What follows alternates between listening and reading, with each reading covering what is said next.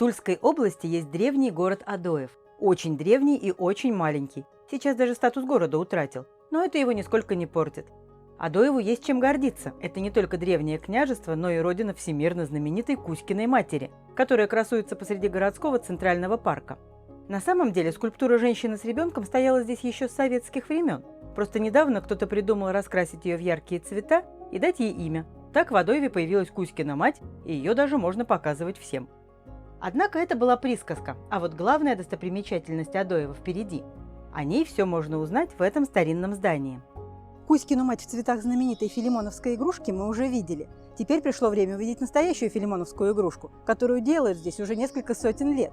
Попробуем сделать и мы. Здравствуйте! Мы с вами сегодня встречаемся на родине промысла филимоновской игрушки. И, собственно говоря, хочется поделиться нашим жизнерадостным промыслом. Нашу старинную филимоновскую игрушку испокон веков делали именно на нашей земле. Игрушка глиняная, промысел действительно старинный. И первые экспонаты, которые были вообще сделаны, они сделаны благодаря гончару и игрушечнику Филимону.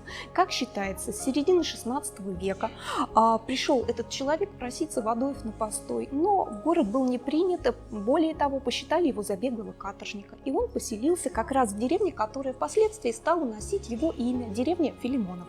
Кстати говоря, именно там и живет наша глина, из которой делают замечательную игрушку.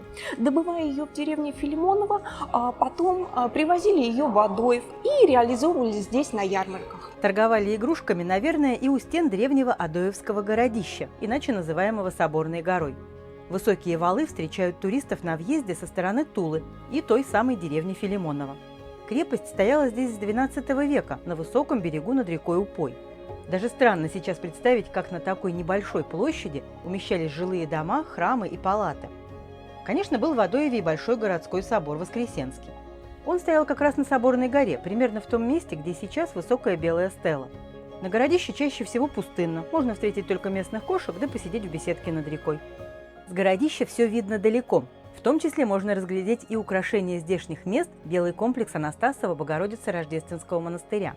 Его сейчас реставрируют, приводят в порядок. Монастырь очень живописный. В нем нет строгой симметрии, наоборот, все постройки разбросаны над Упой в таком художественном беспорядке. Основал его князь Воротынский, потомок святого князя Михаила Черниговского. Дело было в XVI веке после успешного отражения набега крымских татар и, возможно, в память об этом. Единственный сохранившийся храм монастыря – Рождества Богородицы, построен в XVII веке. Его окружают хозяйственные постройки, братские кельи и уцелевшие с двух сторон стены с башнями. Тут в изобилии живут кошки и ласточки. Очень спокойное, тихое и приятное место. Кошки и птички – любимые сюжеты у филимоновских мастеров-игрушечников. Впрочем, сюжетов в их работах множество. Продолжаем знакомиться с ними. Наша игрушка должна быть свистулькой. Для детей она служила исключительно интересной забавой, ярко расписанная, свистящая. Причем игрушка может свистеть как на свисточек с одной переливной дырочкой и два перелива, которые позволяют услышать фактически пение маленькой деревенской птички. Неважно, в руках у вас волчок с собачкой в зубах, или же уточка, кошечка, какой-то другой сюжет. Собственно говоря, поет игрушка вот так. Яркая, забавная, задорная. Конечно, на нынешнее время памятный сувенир для гостей, посещающих Тульскую область и Адоев. Основные и самые любимые сюжеты тоже могу вам представить. Замечательная красавица Любота. Кстати говоря, игрушка впервые подобная была создана мастерицей Дербеневой Анной Иосифовной, и как исключение из правила в ней отсутствовал свисток. Любая другая наша игрушка свистит. Собственно говоря, пение ее напоминает пение маленькой деревенской птички, что само по себе очень привлекало детей, и, собственно, она становилась самой интересной детской забавой. Попробуем слепить игрушку и мы. Со стороны это кажется очень простой задачей. Сейчас мы слепим игрушку, очень старую. Это курочка. Наша игрушка очень древняя, и глина очень древняя. И бабушки мои, и прабабушки, которые меня учили, называли эту глину синькой. Она совсем не синяя, а серая кажется. Но когда лежит в желтом песочке, она голубая. Она очень удивительная, потому что после обжига становится беленькая.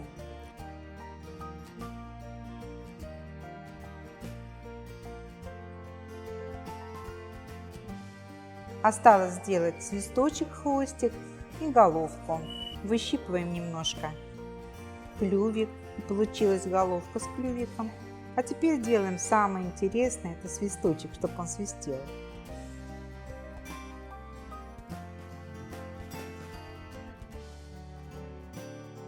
Две дырочки обязательно сбоку, туда в пустоту для перелива. И сейчас игрушка должна засвистеть. И эти дырочки для перелива. Вот так и лепится игрушечка наша. Удивительно, как в руках мастера бесформенный кусок глины вдруг оживает и превращается в фигурку. Игрушка наша обжигается. И из такой становится вот чисто беленькая. Температура обжига 1000 градусов. Вот сейчас мы ее начнем украшать. Расписываем игрушечку 3 красками: желтой, малиновой и зеленкой.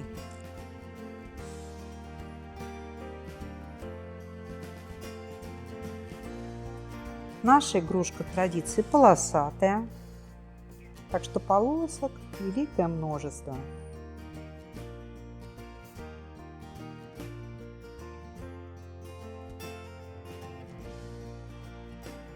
Теперь следующая у нас зеленая.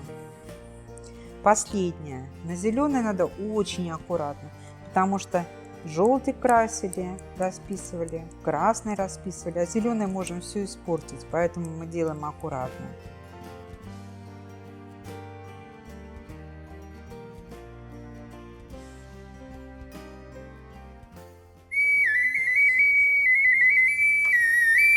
Молодец. Трудно поверить, что здесь используется всего 3 цвета. Игрушки смотрятся так, будто раскрашены всеми цветами радуги. Фигурки зверей и птиц встречаются еще в одном старинном здешнем промысле. Это кружевоплетение. Из обыкновенных цветных ниток здешние мастерицы создавали и создают целые картины. Плетут их не крючком, не спицами, а на коклюшках, специальных тонких деревянных палочках, накалывая нитки на мягкий валик. Модницы прошлых веков украшали свои костюмы кружевными воротничками и манжетами, а теперь плетение кружев стало практически живописью. Конечно, девушек в старинных кружевных платьях сейчас в Адоеве не встретишь, хотя здешние улицы сохранили немалую долю атмосферы старинного городка. Погулять по городу точно стоит. Здесь сохранились красивые старинные особняки, которые принадлежали купцам, зажиточным мещанам и окрестным помещикам. Адресами часто не пользовались, просто знали дома по именам хозяев – князей Козловских, Клейменовых, Кашириных, Сторожевых. Застройка Адоева, может быть, и не отличается какими-то выдающимися архитектурными шедеврами, но многие дома выглядят красивыми и ухоженными. Храмов в городе до революции было, конечно, больше. Некоторые стоят в руинах до сих пор, как собор на площади, а некоторые перестроены почти до неузнаваемости, как эта Благовещенская церковь, выполняющая роль водонапорной башни. Но вот на окраине города выстроена новая часовня в составе большого мемориала в честь знаменитых земляков. Надеюсь, все городские старинные храмы рано или поздно приведут в порядок, как эту Троицкую церковь. Тем более, что память о прошлом здесь уважают. Не только есть мемориал знаменитым землякам, но и напротив Троицкого храма устроен сквер с мемориалом в честь героев Великой Отечественной. А около Краеведческого музея стоит камень в память о жертвах репрессий. Самый же яркий памятник героям, конногвардейцам генерала Белова, стоит на въезде в Адоев у поворота к Анастасову монастырю. Белый конь с всадником встречает всех, кто заезжает в Адоев со стороны Тулы. А на доме около автовокзала табличка извещает о том, что здесь бывал Лев Толстой. Может быть, своим детям покупал здесь филимоновские свистульки? Хотите загадку? На самом деле я держу одно из традиционных лесных животных, но вот из-за этой длинной шеи, скажите мне, всем захочется назвать его жирафом. Но это будет неверный ответ. Лесное, традиционное, но кто перед вами, это стоит угадать. На самом деле, в традиции нашего промысла игрушку принято было лепить из цельного кусочка глины. Затем игрушка вытягивалась, постепенно она подсыхала, могла немножечко сникать. Из-за этого на поверхности игрушки появлялись небольшие складочки, морщиночки, которые мастер затем поправлял, тем самым удлиняя поверхность предмета. Из-за чего у нас вот такие грациозные, очень сказочные пропорции у игрушек. Причем у мужских, женских фигур и даже лесных животных. Поэтому перед вами никто иной, как медведь с зеркалом. Конечно, узнать его в таком обличии весьма сложно. Но это наша традиция. Вообще звери тут, в Адоеве, встречаются самые разные и самые неожиданные. Гуляя по любому старинному городу, посматривайте под ноги. Водопроводные люки иногда оказываются удивительно интересными. Но такого мы еще не видели. Вот о чем нам сообщил этот люк. В каждой шутке есть доля шутки. Конечно, слонов в Адоеве не бывало, зато бивень и зуб мамонта действительно впервые на территории России нашли именно здесь. Эти уникальные экспонаты и сейчас хранятся в местном краеведческом музее. А изображения слонов, в том числе в стиле филимоновской игрушки, можно найти на местных сувенирах, и на значках, и на магнитиках, и даже на пряниках. Так что если хотите съесть слона, вам сюда. А вот почему все филимоновские игрушки обладают длинными шеями, это отдельный секрет здешних мастеров. Наша игрушка испокон веков делается из глины синики, которую добывают в деревне Филимонова. Вот такую удивительную курочку делают, как правило, из цельного кусочка глины. Слепив игрушку, мастер через время наблюдает то, что игрушечка немножечко осела, легкие складочки появились на ее поверхности, и их он поправляет несколько наверх. Из-за этого у нас вытягиваются такие длинные шеечки. Потом игрушечка высыхает, идет в обжиг, а после обжига она становится удивительно беленькой. Вот такое чудо превращения можно увидеть в филимоновском промысле. А вот еще одно чудо превращения мы увидели невдалеке от Адоева, в селе Никола-Жупань, где стоит усадьба одного из героев войны 1812 года, генерала Мерковича. Еще несколько лет назад она была практически в руинах, а теперь ее просто не узнать. Старинное здание с колоннами и балконами выглядит как новое. Усадьба стоит тоже на высоком берегу реки Упы и смотрится просто потрясающе. В 2022 году реставрация завершилась, и летом в усадебном доме открылся музей. Кого только не повидали эти места. Владели поместьем и бояре Стрешневы, и богатые заводчики Демидовы. А в советское время здесь был расположен дом отдыха писателей. Его самым знаменитым гостем был поэт Борис Пастернак. Церковь в усадьбе сохранилась в таком перестроенном виде, что узнать ее невозможно. Зато от другой усадьбы, Ильинская Жемчужникова, тоже неподалеку от Адоева, уцелела как раз выдающаяся по красоте Ильинская церковь-ротонда. Она недавно была отреставрирована.